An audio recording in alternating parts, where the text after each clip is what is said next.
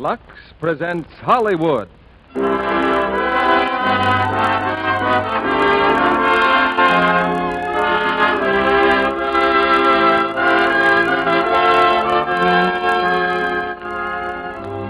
Lux Radio Theatre brings you Don Ameche and Lucille Ball in Lucky Partners. Ladies and gentlemen, your producer, Mr. Cecil B. DeMille.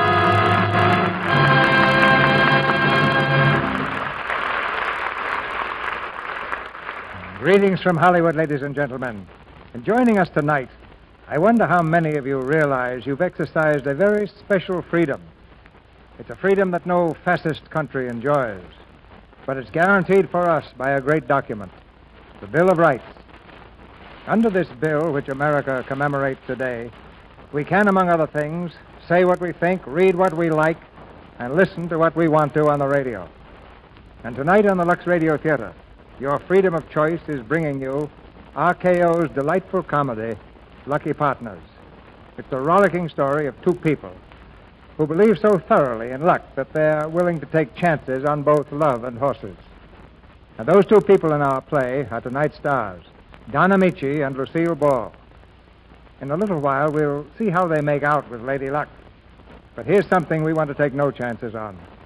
Our 10th anniversary celebration on October 16th. For that birthday of ours, we want you, and that means all of you, to help us select the play and stars that you want most to hear. Just drop me a postcard dated no later than September 27th to Box 9, Hollywood 28, California. Recently, I was amused at a newspaper story with a London dateline, a reporter's account of an interview with Adolphe Monjou, who was overseas entertaining the troops. He found Adolphe in his hotel room, bent over a tub, immersed in suds. The reporter says he tossed me a bundle of socks, handkerchiefs, and a package of Lux, which he'd somehow brought over in the airplane with him. And he tells how they finished Adolphe's washing and hung it out to dry from the windows of one of London's swankiest hotels. In these days when we have to shift for ourselves in so many ways, Lux Flakes is a good traveling companion. Now it's curtain time again. And here's the opening act of Lucky Partners, starring Don Ameche as David and Lucille Ball as Jean.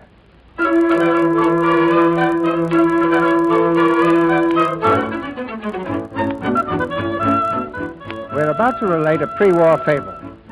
It involves a whistling artist, a girl who had to deliver some books, and a street in Greenwich Village.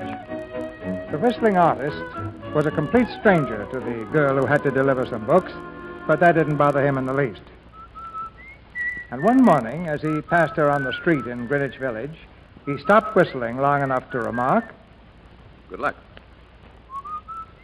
Whereupon the girl with the books, being as curious as she was attractive, spun around and asked a perfectly natural question.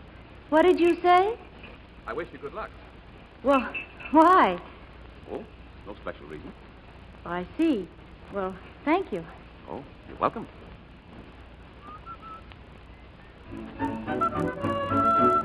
Well, that's how they met.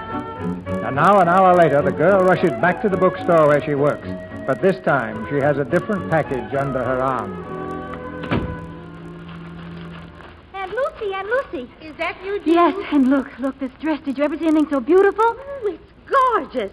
Where did you get it? Well, after I left here to deliver the book to Mrs. Adams, I passed a man. He was whistling, and as I passed Was he him... good looking? I didn't notice. Anyway... What do you mean you didn't notice? A man whistles at you, gives you a perfectly dazzling dress. Oh, he didn't give it to me. He didn't give it to you? I just passed him. Oh, you make me furious. Oh. You remember I left here to deliver some books? Oh, yes, dear, perfectly. Good. Well, when I was delivering them, a girl walked out. She was mad as a hornet. Oh, the man's girl. She had nothing to do with the man. Uh-huh. The girl was at Mrs. Adams' house, her daughter. She's leaving her husband. She was throwing away her clothes or something, and she gave me this dress because it reminded her of her husband. Now do you understand? Just relax, dear. Perhaps it'll all come back to you later. Incidentally, Freddie just phoned. Look, Aunt Lucy, across the street. There he is now, the man I was telling you about. Oh, Mrs. Adams' daughter's husband. The man who wished me good luck. And don't you see, I had good luck. I've got this dress. Oh. Here, hold the dress. I got an idea. Where are you going? The man, I got to see him. Well, hurry back. Freddie said in 10 minutes. Oh, yoo-hoo. Yoo-hoo. Me? Yes, could I see you for a second? Why, certainly. I'd I'd like to make you a proposition. What? A business proposition. Oh? Could I meet you in, say, an hour at Nick and Nick's? Where? Nick and Nick's. Who's Nick and Nick's? The bar and grill around the corner. They own it, two brothers. Oh. You must be new around here. Yes, I am. My name is Grant, David Grant. Oh, I'm Jean Newton. I work right across the street there, my aunt's shop, the Book Nook. You're sure I won't be putting you out? Oh, no, not a bit. I work here, too. You see the sign there on the second floor window? Oh, that's you, huh? Portraits, $1 caricatures? Uh-huh. Likeness guaranteed. Well, I'll see you later. Goodbye, Mr. Grant. Bye.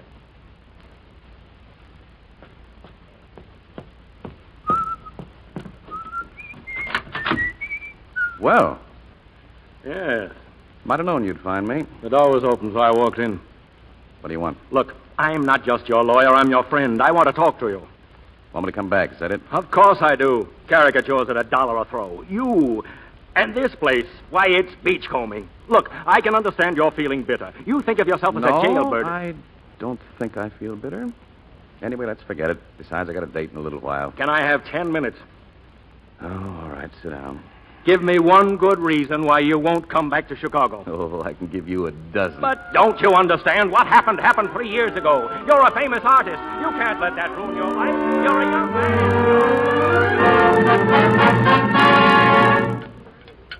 Hello, Jean. Hello, Nick. I want to buy a sweepstake ticket. But yesterday you said you was offering them. Well, yesterday I was offering them. So now she's on them. We're supposed to sell the tickets, not touch people offering them. You're lucky. Only one left. Here's the ticket. Nick, write down the name. What is the nom de plume, lady? Two strangers. Me and him got that. Nick and Nick. Well, how about two pigeons? Okay, 2 pigeons. Hello. Oh. Well, I guess we better sit down someplace, huh? Show the pigeons to a table, Nick. Okay, Nick. This way, nice and private. I hope you don't think this is too silly, but I'm playing a hunch, and it has to do with you. Hmm? You see, it all began this morning when you wished me good luck. Well, I ran smack into some good luck right away, and suddenly I began to feel lucky, you know. Vaguely. Well, all I want is for you to share a sweepstake ticket with me. A sweepstake ticket. Ah. You want to win some money? Well, sure. Oh.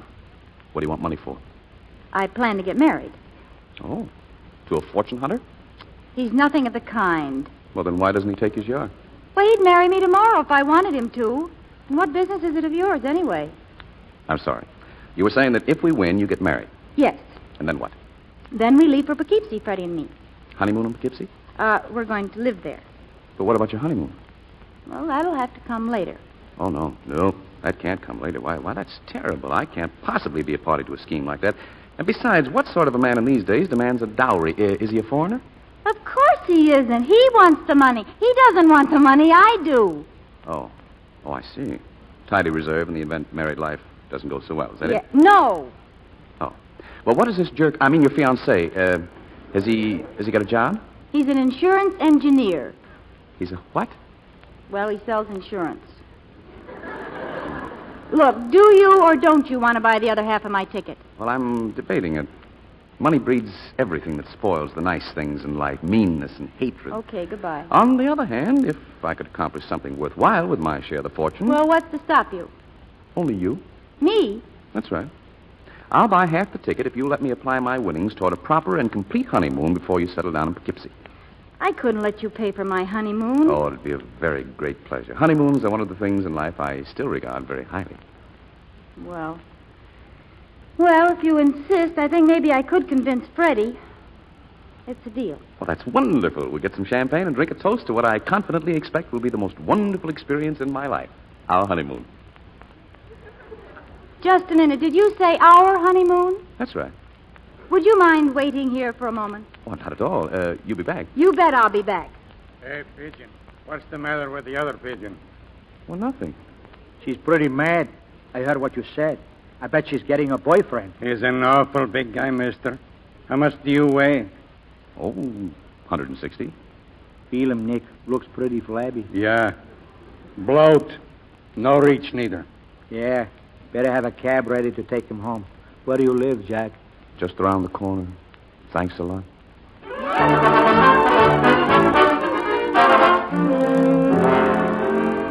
There he is, Freddie. There. Hello. Would you mind repeating to my fiancée what you said to me? Yeah, chum. What'd you say to her? Or are you scared he'll misunderstand, too? Unless I'm a very poor judge of intellect, Freddie will grasp it instantly. Tell him. Well, honey, give the poor fella a chance. But he insulted me. Well, you just told me he bought a sweepstake ticket with you. Yes, and if we win, he said I'd have to go on a trip or something. Well, what's the matter with that? But he said with him, Freddie, before I marry you. Oh, he did, huh? Yes. Okay, chum. Suppose we step outside in the alley. But what on earth can we do in the alley that we can't do in here? Plenty, chum. Outside. Now, you wait here, girlie. This isn't for your eyes. I'll be right back.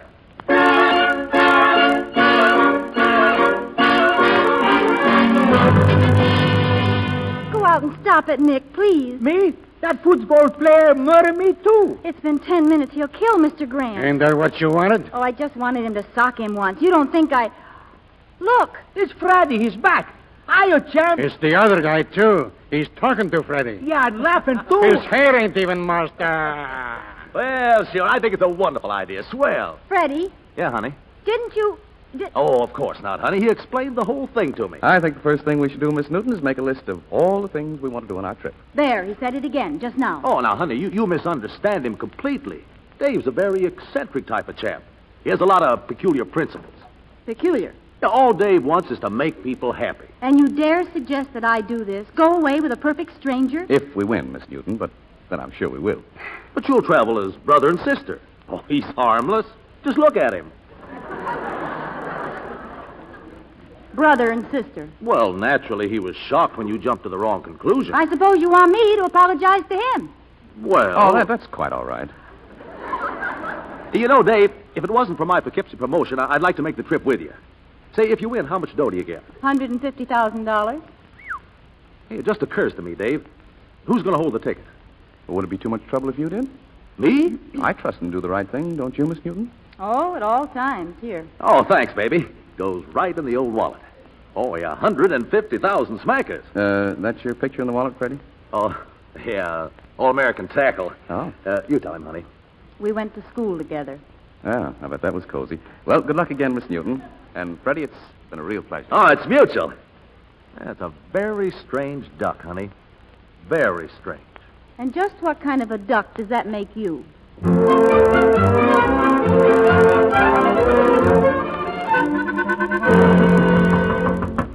But what if he isn't at home? You sure he lives here? Sure, I'm sure. And I still don't see why I had to come here. Well, because half the ticket's yours, baby. You gotta tell him that... Oh, Well, good evening. My, I haven't seen you two for some time. out of 10 million tickets, he's lucky enough to draw a horse, and all he says is, I haven't seen you two for some time. What did you say? They drew your horse. Yours and Jean's. Patsy Q, she's running in the Derby. Fancy Q. But the race isn't running until next week. Don't you understand, Dave? As long as the horse is gonna run, why, this little old ticket of yours is worth dough already. A lot of dough. That's why we're here. Nick and Nick said they can get us $12,000. Yeah, but I gotta catch a train to Poughkeepsie, so I'll be very brief. Now, do we take the $12,000 or do we risk it all and win an $150,000? Now, me, I say play her safe and take the $12,000 now. And what do you say, Miss Newton? Well, My share of $12,000 won't furnish quite the honeymoon I'd hoped for. What? I'm sorry, Freddie. What? Whoa, you can't go through with any crazy scheme like that. Why not? Well, it's impossible. That's why it's scandalous. It's bound to be misunderstood. Well, I'm afraid you have a deplorable lack of confidence in Miss Newton, Freddie. But I'll leave it all to her. well, Now, wait a minute, Jean, before you say another word. What do you mean, another word? Well, it's just that I've changed my mind. What? Oh, not about you, about the horse. I say let's shoot the whole works. Let's take a chance. Not sell? Yo, what do you say, girlie? I have nothing to say. Dave? How about it, Dave? 150,000 or nothing. Oh, by all means. I don't see how we can possibly lose. What a character. Who knows, but hey, look at the time. Oh, goodbye, honey. How about a big squeeze? And don't worry. I'll phone you. Goodbye, Freddie. Well, so long, chum. I see you at the races. Well, Miss Newton? Look, what kind of a man are you, and what kind of a girl do you think I am? Well, I think we both like to travel. What gives you the remotest idea I'd go? I'm a perfectly conventional person, Mr. Grant, and possibly the dullest you ever met. Please, Miss Newton, won't you allow me to take that risk? Good night. Good night. Oh, when the derbies run, would you mind if I drop in at the Book Nook? I don't own a radio. Oh, by all means. Aunt Lucy's dying to see you again. She says you have an interesting face. Oh, Wonderful woman, that Lucy.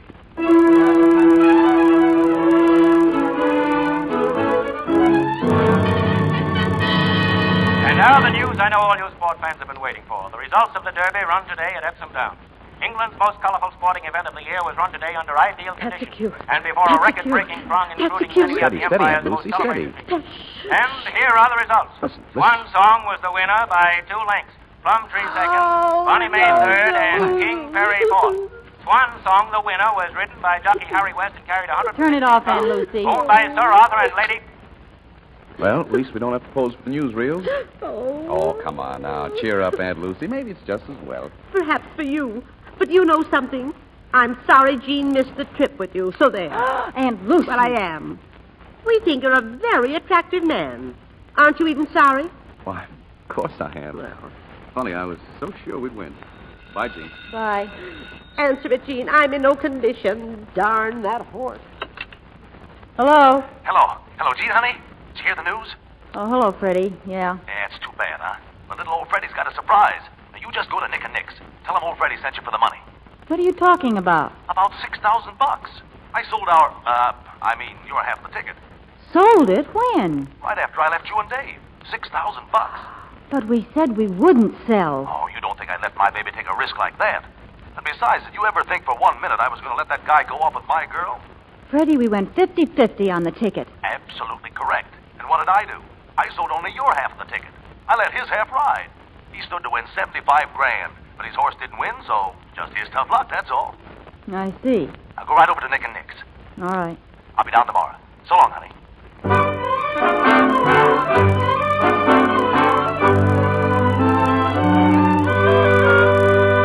So I went straight to Nick and Nick's. The money's here in this envelope, and half of it's yours. Well, good old Freddie. Yes. Oh, but wait a minute. No. None of this is mine. He sold your half. Oh, no, it's 50-50. Freddie said so. Oh, did he really? Mm-hmm.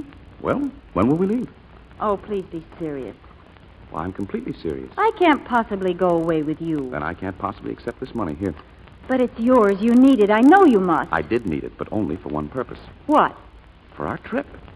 An artistic experiment that people would confuse with something improper or whatever it is you'd think they'd do. You can't ignore people. No. I found that out once before. But I didn't think you were people. Well, I'm not. What did you mean when you said experiment? Well, I meant the experiment of taking someone who was going to settle down happily and prosaically in Poughkeepsie and giving her one little holiday on a quite impersonal plane, of course, and then seeing if it would last her for the rest of her life. Impersonal, huh? That's right. Like a guide or a scientist making an experiment. But it's such a crazy idea. Experiments are always crazy until they're proved. All right. Maybe I'm the one who's crazy now, but... Okay. Make the experiment. Well, that's good, Jean. We were 2 pigeons. Now I'm a guinea pig. Oh, this is wonderful. Is it? Well, just make sure you understand now. A strictly impersonal guinea pig.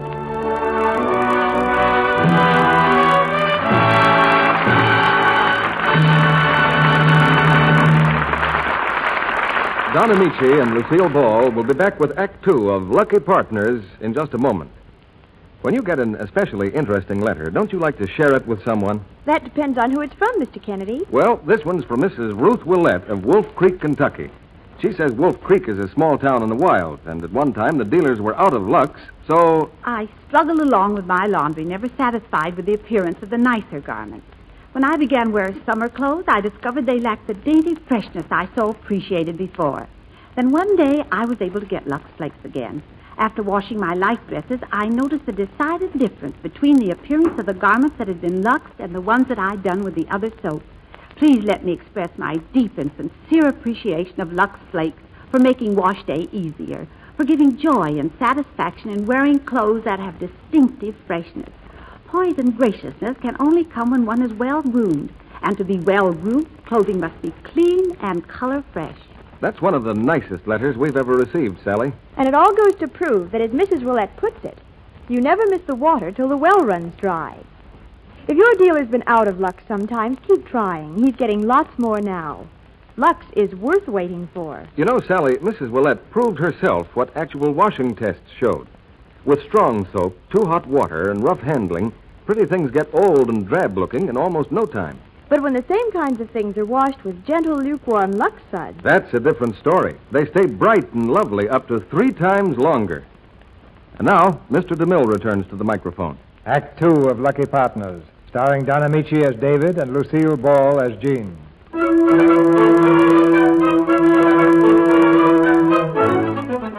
Miss Jean Newton, having faced the most perplexing problem of her life, has made her most drastic decision. She's become a guinea pig. The following day finds her in David Grant's newly purchased car, speeding away from the security of Aunt Lucy's book nook. The aspects of this purely impersonal experiment chill her righteous bones, but she's resolved to see it through. And seeing it through, she realizes involves such things as polite conversation. On a day like this, it's nice being a guinea pig. Well, that's good. Tell me, how do you like your car? My car? Yes, I don't believe in possession, so I bought it in your name. Well, thanks. I wish I could understand you. You know, I think you're running away from something. Well, maybe. Maybe I'm running away from the same things you're headed for. Security, respectability. I had them once. What happened? I'm sorry, but this experiment rules out anything in my past and anything in your future. We've time only to enjoy the poetic present. Well, I don't want to seem unpoetic, but could we stop at a Western Union somewhere? Well, certainly. I think I'd like to send a wire to Aunt Lucy and I guess Freddie, too. Oh, by all means. Oh, I'm glad you're not angry. Well, why on earth should I be angry? Well, I know that everything's all right and purely impersonal, but you must admit it may be a little difficult for Freddie to understand. Yes, that's true. So I'll just let him know that the scenery's lovely and I'm having a good time, and that'll show him that everything's all right, won't it? Well, I think it's a splendid idea. We'll wire him everywhere we stop. Well, maybe not everywhere. Where are we stopping first? Niagara Falls. Oh. Welcome to Niagara Falls, and may I express the hope you'll have a very happy time here? Well, you may indeed. I'm David Grant. I wired from New York. Oh, quite so. Rooms for self and sister, not necessarily adjoining. That's right. Oh, front, please, front. Yes, sir. Miss Grant, 355. Mr. Grant, 526. The elevator's this way, sir. Here you are, boy. You go on ahead with the bags. My sister and I'll be up later. Sure, Mr. Grant. Thanks. Why, later? Because I recommend something to eat. Oh, thanks. I'm really not hungry. No? Drink? David, I'm awfully tired, honestly. Oh, but it's so early. Okay, run along. I'll see you in the morning. Thanks again. Good night, sister. Good night. Oh, brother.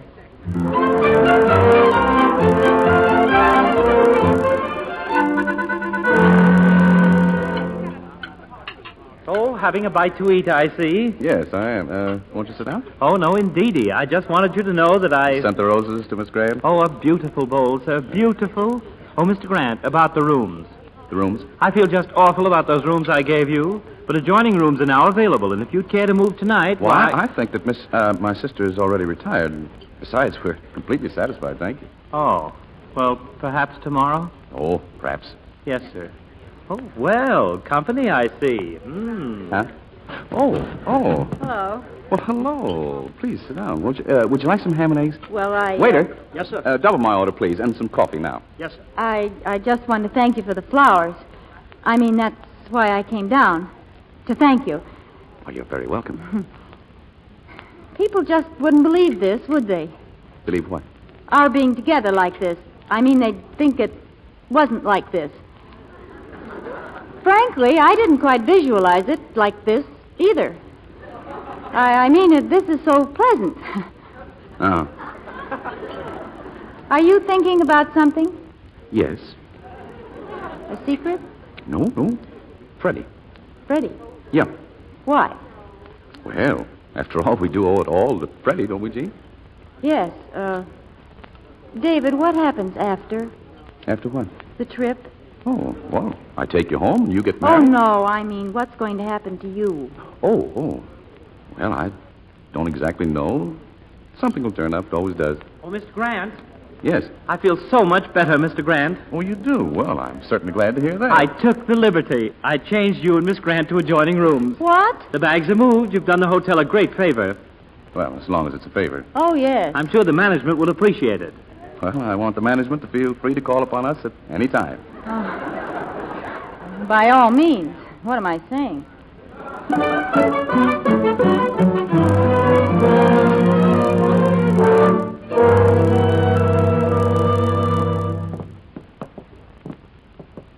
Well, these are our new rooms, I guess. Yes. You take this one, and I'll take that one. Here's your key. Thanks. Good night. Oh, the room, you better see if you like it first. Oh, it's fine, fine. Oh, but let's see. Okay? Beautiful? Well, well. Look, it's Freddie. Very nice. Very nice. Well, one of you two better start lying. Just what are you doing here? I followed you here, that's what. Just what do you mean coming on a trip like this with him? What do you mean? What do I mean? I mean you're coming home to marry me like we agreed. You agreed that I take this trip first, remember? I can testify to that. You shut up. You think you could take my girl and... And what? Never mind. Maybe you two would rather talk it over alone. I'll go to my room. Well, I used to think he was just crazy. Now I don't trust him. Well, that means you don't trust me either. Well, why should I? Now that I know he isn't crazy. I think you'd better leave. What? Yes. Okay, if that's the way you feel about it. Okay. Only don't be surprised if I don't appear to be waiting when you come back. Yes, Freddie? I'll go, but I warn you, it may be for good. Maybe. Oh, I just can't understand you. I just can't. David? Come in. I'm sorry about Freddie. Oh, now, don't blame Freddie. Try looking at it from his point of view. Well, anyway, he's gone. I don't envy him traveling all night. It'll teach him not to be so suspicious. Well, good night. Oh, what a lovely fireplace. I love fireplaces in bedrooms, don't you? Well, haven't you one? I didn't notice. Uh-uh. Well, we'll change rooms. Oh, no, I didn't mean that. Good night. Good night.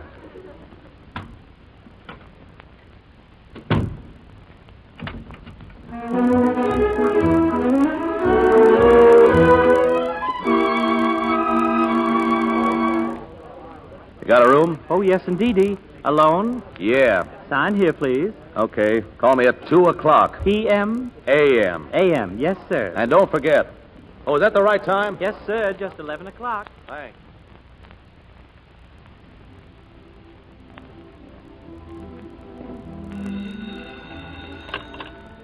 Hello? Did I wake you up? Oh, no. Can you hear the music? Yes? Nice, isn't it? Nice, dreamy. It's like a lullaby. Lovely. Is the moon shining through your window? Uh-huh. Did you arrange that, too? Why, certainly. I can just see you. A shaft of pale blue light falling across your room and your face like a soft shadow on your pillow. Can you really see me? Well, of course I can. I have a wonderful imagination. Well, pleasant dreams, Jean. Pink-eyed rabbits, curly-haired lambs, and ribbons and bells, and sunny meadows. You sleep yet? Oh, no. Jean, Yeah? how would you like to jump out of bed and get into that lucky dress you told me about and have the last few dances with me? We're still time. Wonderful. I'd love to. Wonderful. Hurry now. I'll meet you in the lobby in 10 minutes.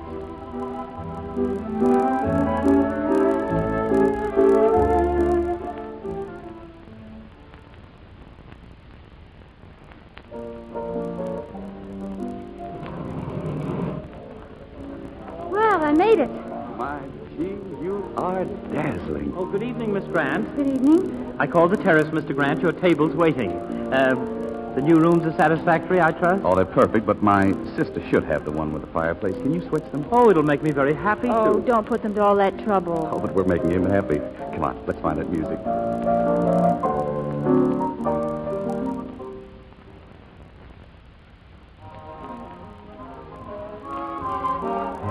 Having a good time? Well, nobody knows who we are or what we're doing here. I'm not so sure about that. 2 tables down, that elderly couple. You know them? I've never seen them before in my life. It's funny, they've been sort of smiling at us since we've been here. David, they're nodding at me. They're getting up. Are you sure you don't know them? Positive, I know. I hope we're not intruding. Oh, well, no, not a bit. But there's something we'd like to know. Are you superstitious? And do you believe in luck? Well, yes, we do, don't we, David? Well, we've been very lucky. Then would you come out with us? Out? Just across the terrace and into the garden. It's very nice, really. There's something we'd like to show you. Perhaps share with you. Jean? Well, Well, why not? You think we're adults, don't you? But we're really not. Just old and happy. Show them the way, Alva.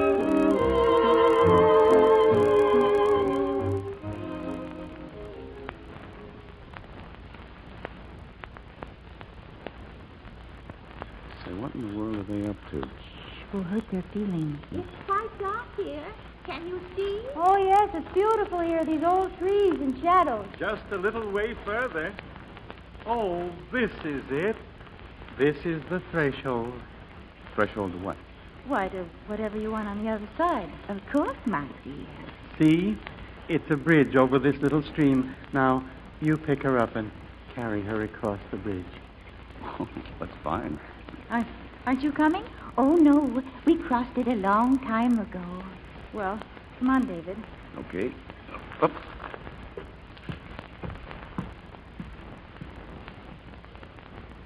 Now what? Why, you kiss her, of course. Huh? Oh. Fine, fine. I said fine, fine. Oh. Now you carry her back across the bridge, and over here is the wishing well. Yes. 50 years ago tonight, we stood right here and wished that our marriage might last forever. You do understand, don't you? It's just that you two looked so happy and shining when we saw you inside that we wanted you to have our good luck. Good night. Good night. Jean, Yes?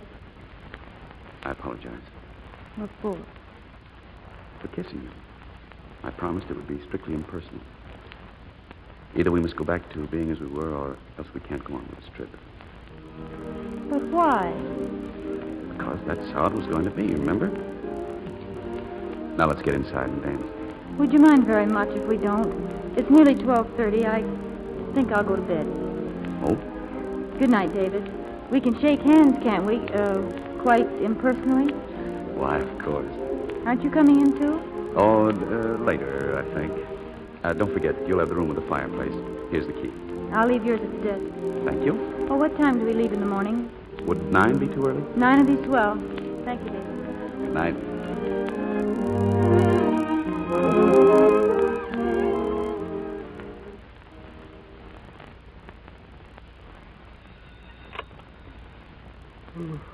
Hello?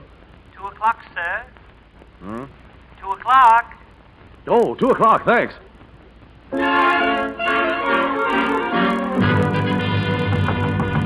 right, come on. Open this door. Open it up. Who is it? It's your fiancée, that's who it is. Oh, well, wait a minute. I'll give you 10 seconds or I'll bust it in. 1 Mississippi, 2 Mississippi, 3 Mississippi, 4 Mississippi. What are you doing here? What are you doing here? This is my room now. Oh, sure. We changed rooms. Oh? Was the other one haunted? Now, look.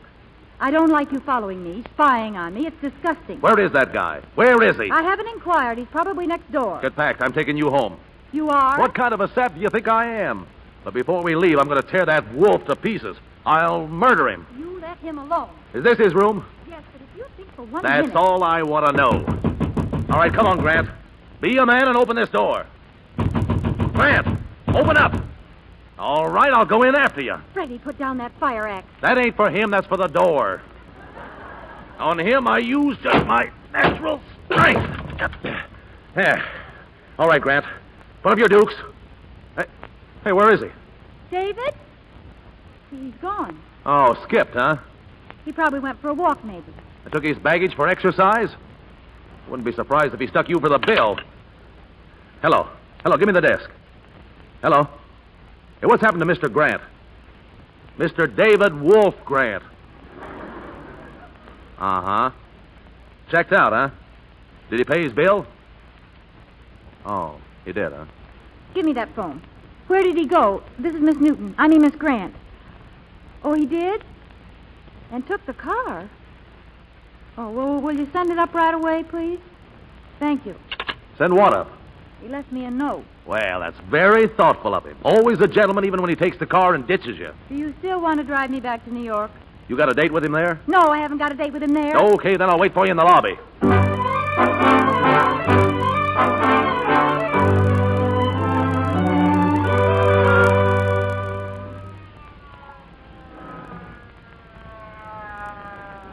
Sorry, officer. I didn't realize I was going so fast. Yeah. Driver's license? Yes. Here. Is your car? Well, not exactly. Well, whose exactly is it? Well, it belongs to Miss Newton. She know you got it? Well, in a sense, no. That's the sense I'm interested in. Where is she? Well, at this moment, she's at the Arrogane Hotel, Niagara Falls, but she's asleep now, and I'd rather you didn't disturb her. I think maybe she wouldn't mind. Oh, I forgot. She isn't registered there as Miss Newton. Oh? As a matter of fact, she's registered as Miss Grant, my sister. Why? Well, that's rather a long story. Okay, it'll keep. Oh, thank you. You can tell it to me in the morning. To me and the judge. I'm arrested. You mean you're putting me in jail? Mm-hmm. But first you're going to find me that dame. Move over. Yes, sir. And get going. Yes, sir. And in case you're interested, officer. Yeah? I'm very unhappy. Very. We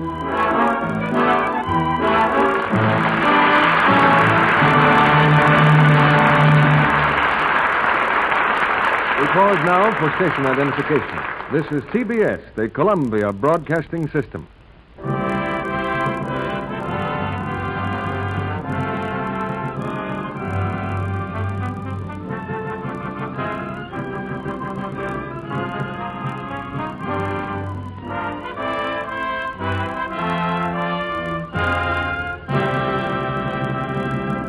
In a few minutes, our stars, Don Ameche and Lucille Ball, will return in Act 3 of Lucky Partners. Now, your producer, Mr. Cecil B. DeMille. Ladies and gentlemen, a high honor is to be awarded this evening to the employees of Lever Brothers Company, our sponsors. An honor which climaxes one of the most encouraging stories I've ever heard. 3,000 miles away in a New York studio is the distinguished president of the National Safety Council, Colonel John Stillwell. Come in, Colonel Stillwell. Where does your story start, Colonel Stillwell?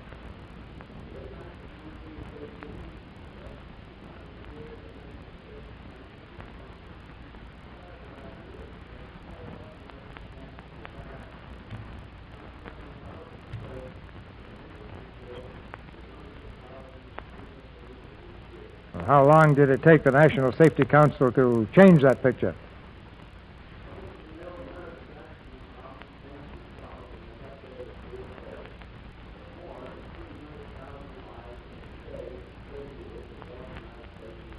$300,000.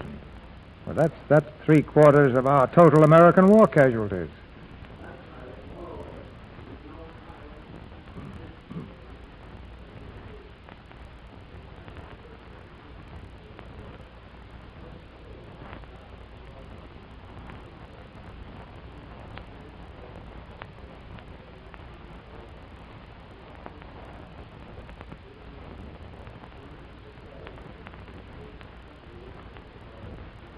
Well, that's a happy fact, Colonel, but how do you account for it?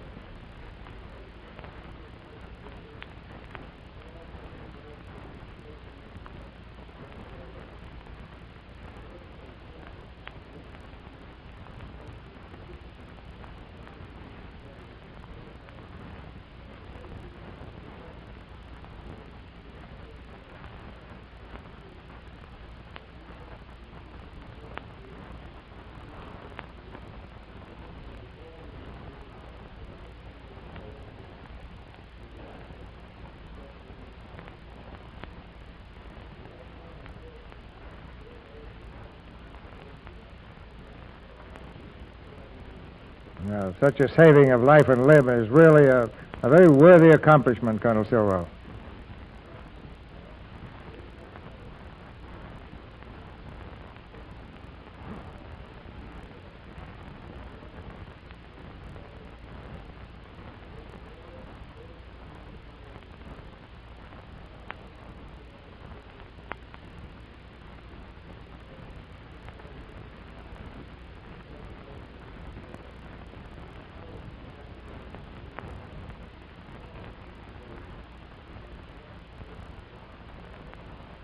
On behalf of the president of Lever Brothers Company, Mr. Francis A. Countway, and on behalf of all the men and women who comprise the Lever Brothers family of workers, it's my privilege to thank you for this very fine award.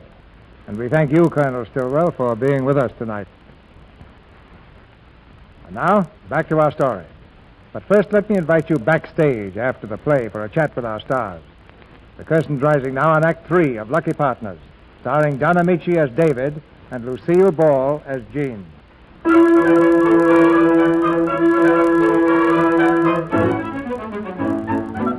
About 50 miles from Niagara Falls, there's a town called Pocomo. And in Pocomo's police court, suspected of stealing an automobile, David now faces the judge.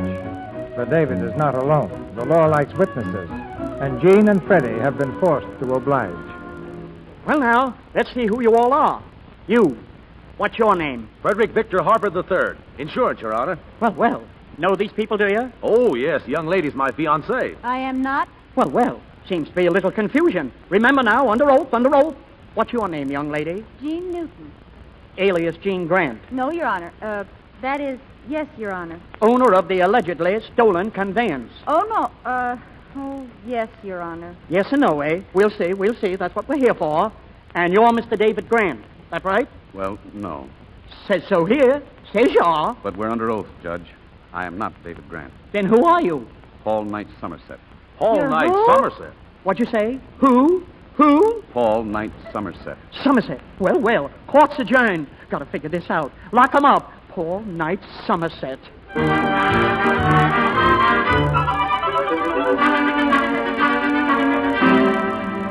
Thanks a lot for coming, Wendell. So it appears you've set the world on fire again. Yeah. You should see this town. Discovering you is the biggest thing that's hit it in 50 years. You're all over the New York newspapers, too. And Jean won't talk to me. The Pocomo Chamber of Commerce has just made you an honorary member. Hotel is jammed. Business booming. Can they make anything out of this? Of course not. We're going to be in court tomorrow morning at 10 o'clock. At 5 minutes after 10, I guarantee to have the case dismissed. Thanks, Wendell.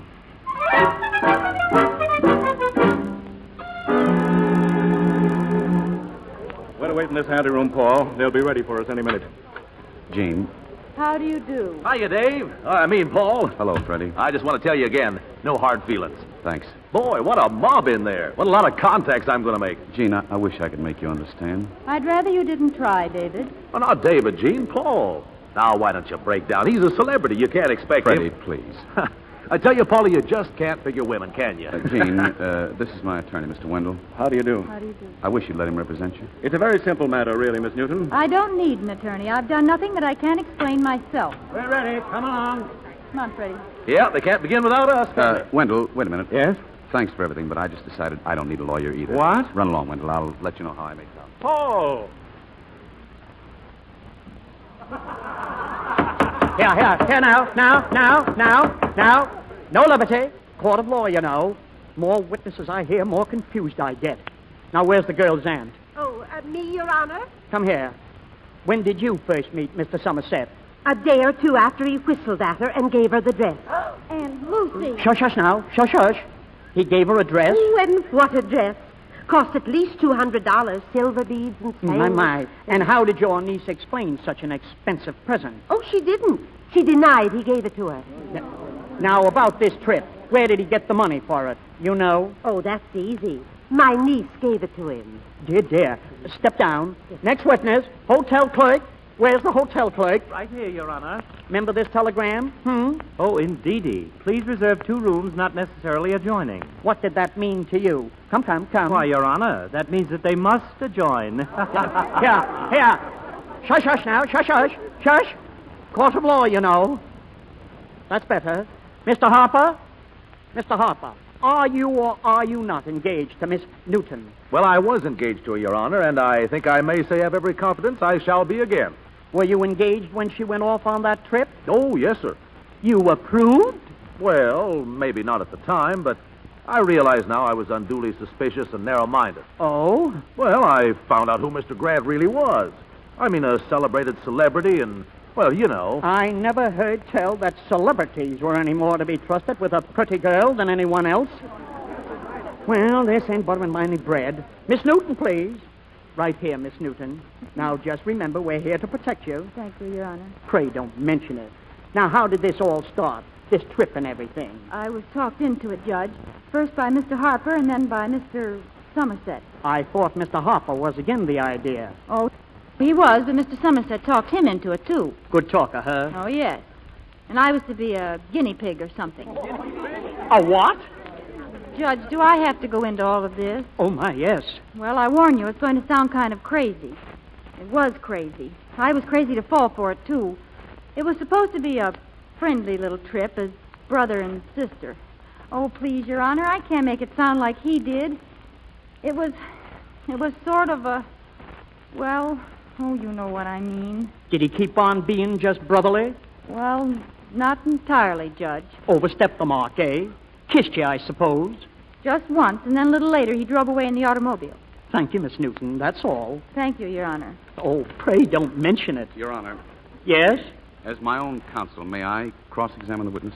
Go ahead. Thank you. Miss Newton, is it a fact that since he left you at Niagara Falls, my client has made repeated attempts to see you? Who's your client? I'm my client. And you refuse to give him a chance to explain? Well, Your Honor, will you be kind enough to tell the witness to answer? Got to answer him, young lady. But don't be scared. We're here to protect you. Thank you. Pray don't mention it. I was saying, you refused to listen to my client. Yes. Did he leave a note for you at Niagara Falls? You know perfectly well you did. You did. Have you got it with you? I tore it up in little pieces. Oh. Miss Newton, do you believe that my client was sincere in his feelings for you? Your Honor, he's only trying to make me talk to him now because I wouldn't talk to him outside. Is that right? Definitely. Sorry. Can't allow you to discuss your personal feelings. But, Your Honor, if I can't explain my reasons If Miss Newton is interested in your reasons, she can ask you when you're on the stand. Well, in that case, no further questions. But I have. You're the painter, huh? Paul Knight, Somerset? I was. What are you now? Oh, not much of anything. Just a loafer, eh? Well, it's a little harsh, perhaps. Depends on how you look at it. Yes, yes. Did you accept $3,000 from Miss Newton? Yes. Persuaded her to go on a trip with you and then made love to her? I kissed her once. I don't care about statistics. Answer my questions. Yes, Your Honor. Then you deserted her and made off with her automobile. Exactly. Well, didn't take long to get that cleared up. Your turn now, Miss Newton. Well, I'd just like to say that he bought the car with his own money, so I guess he had the right to take it back. That's for the court to decide. Anything else? No, thank you, Your Honor. Pray don't mention it. Your Honor, being my own counsel, am I entitled to ask myself a few questions? Oh, yes, yes. Thank you. Mr. Somerset, when you asked Miss Newton to go on this trip, were you in love with her? Well, I didn't think so at the time, but now I know that I was. Your Honor, I object. Personal feelings. Objection sustained. Go on, Mr. Somerset. Tell me, Mr. Somerset, when did you fall in love with Miss Newton? Well, I think it must have been when she said she had a proposition. One more word and you'll be in contempt of court. Pray, don't mention it, Your Honor. I'm finished. Oh, no, I'm not. Somerset, do you think that a man with your record had any right to make love to her? I do not. That's why I ran away, and I'm extremely sorry. I warned you, Somerset. Judge, may I ask him a question? Go right ahead, Miss Newton. Mr. Somerset, do you mean to suggest that it was because you had once been in jail that you walked out on me? I mean on my client?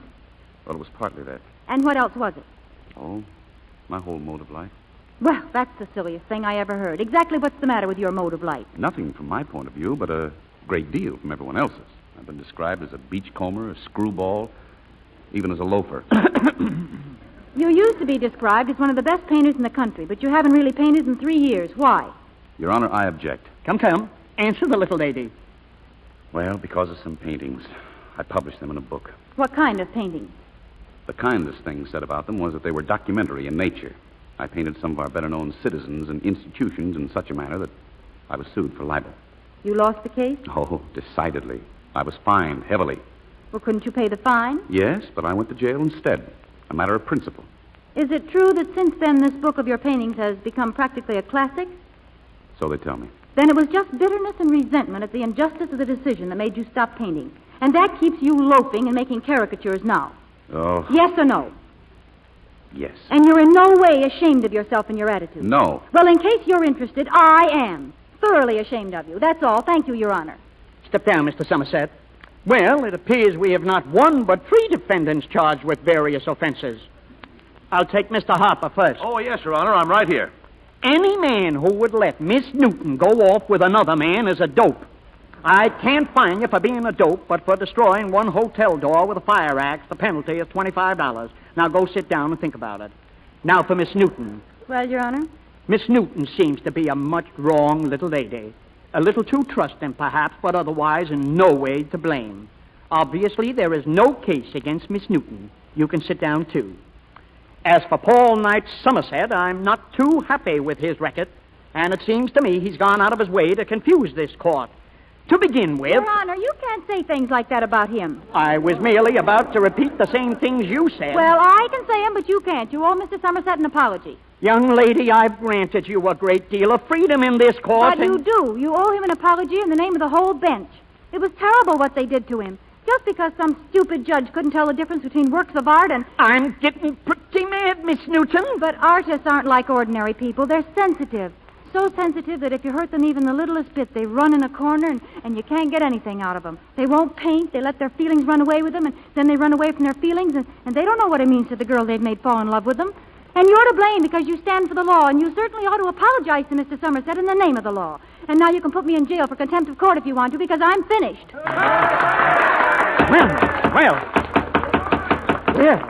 Mr. Somerset. Yes? Did I understand you to say you were in love with Miss Newton? Oh. Remember, you're still under oath. In that case, yes, Your Honor. Miss Newton, in the course of that barrage you just leveled at me, did I hear you say that you were in love with Mr. Somerset?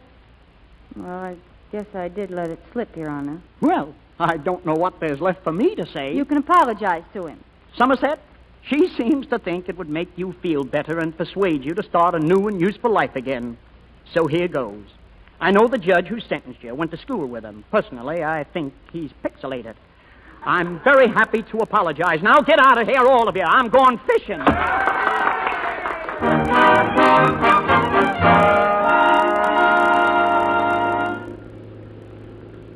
You are now leaving Pocomo Township.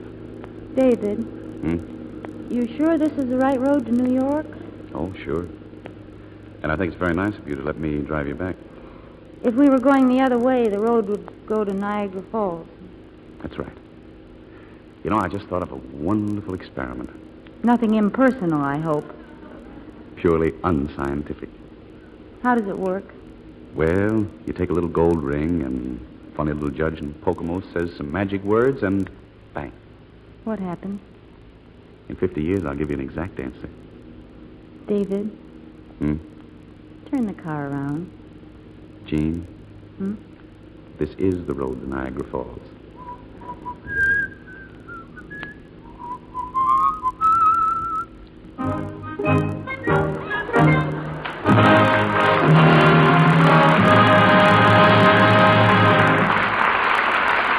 Before our stars return for their curtain calls, let's drop in on the family next door and see what's going on. Patsy! Patsy? Mama, in my house. House? What house? Oh, my nice, clean blanket. Just because I hang my blanket over 2 lines to dry doesn't make it a house for you to play in. It's a beautiful house, Mommy. There's the front and the back, and up between the ropes is the roof. Yes, dear, I see. But I just luxed that blanket, and I don't want it to get all dirty again. It smells nice, Mommy. Yes, it's all fresh and clean for us to use when the weather gets cold. It's soft, too. It is soft, honey, and clean and fluffy. So let's keep it that way. How about those lightweight blankets you've been using all summer? Are they clean and ready to put away? Or the ones Junior brought home from summer camp? Warm, breezy days are ideal blanket washing weather. Here's how to do them. Make extra rich, lukewarm suds with mild Lux flakes. Squeeze them through the blanket. Never rub or wring or twist. What about women who have washing machines? They're lucky. Be sure to use enough water to float the blanket and run the machine only 3 minutes. Then rinse thoroughly in lukewarm water and hang it in the shade to dry. What's this about hanging it over 2 lines? Hanging a blanket over parallel lines helps keep it from sagging at the edges. With gentle Lux care, your blankets will stay soft, fluffy, and unshrunken a long, long time. Now, here's Mr. DeMille with our stars. Don Ameche and Lucille Ball were lucky partners in tonight's play. And after hearing these fine performances, I think we've had a bit of luck, too. Thank you, C.B. It's the first time that I've acted before 2 producers. You knew that Don was forming his own picture company. Yes, so I've heard. What are you going to make for your first picture, Don? Well, nothing's finally settled, but there's a great idea turning over in my mind. Has it got room to turn? An idea for a picture, Don? The story of Dr. Wassel. The story of Dr. Wassel? I don't wonder you're impressed. Great idea, huh? But, Don, hasn't it been done before? Oh, no. And even if it had, I mean a big production, Technicolor, and big names. Oh, I see. Somebody like Gary Cooper, maybe, or Lorraine Day. Yeah, that's the idea. Yeah. Maybe I could help on it, Don. Oh, no, CB. Not that I don't think you're a great producer, but Dr. Wassel, that'd be over your head, to put it baldly.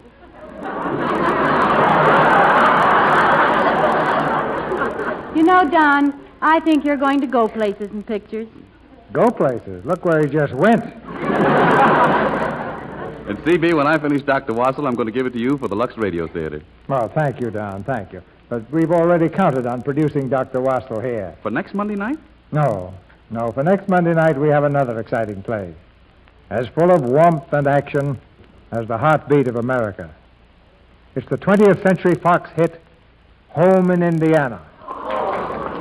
And we can promise you a 4-star performance with Walter Brennan, Charlotte Greenwood, June Haver, and Jean Kane, all in their original screen roles. Sounds good enough for Don to make a picture of, CB. Good night. Good night. Good night. Good night. Good night. You brought a lot of pleasure to a lot of homes tonight.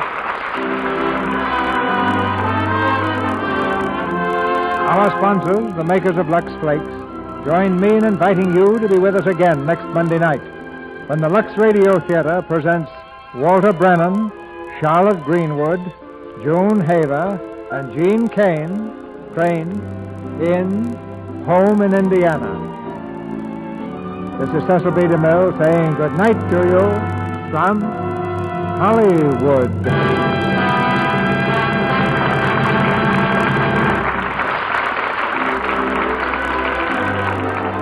Now, a brief reminder from Uncle Sam to save those waste fats and greases from your kitchen.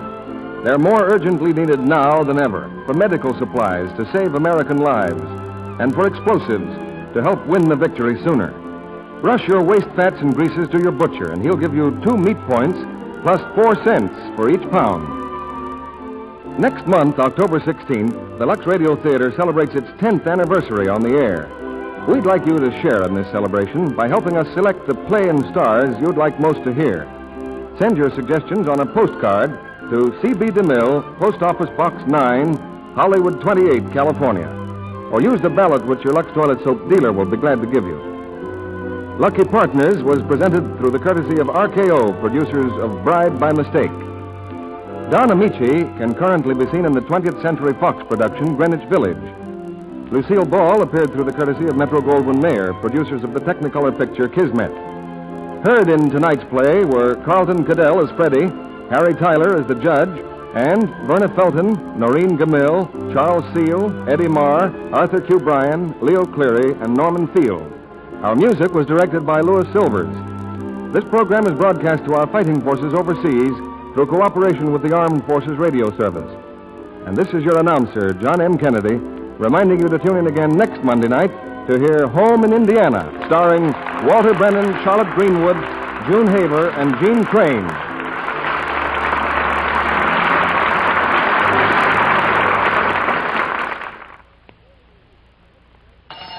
Hear ye, hear ye. Kate Smith and Aunt Jenny join up to bring you their Friendship Cocoa Cake.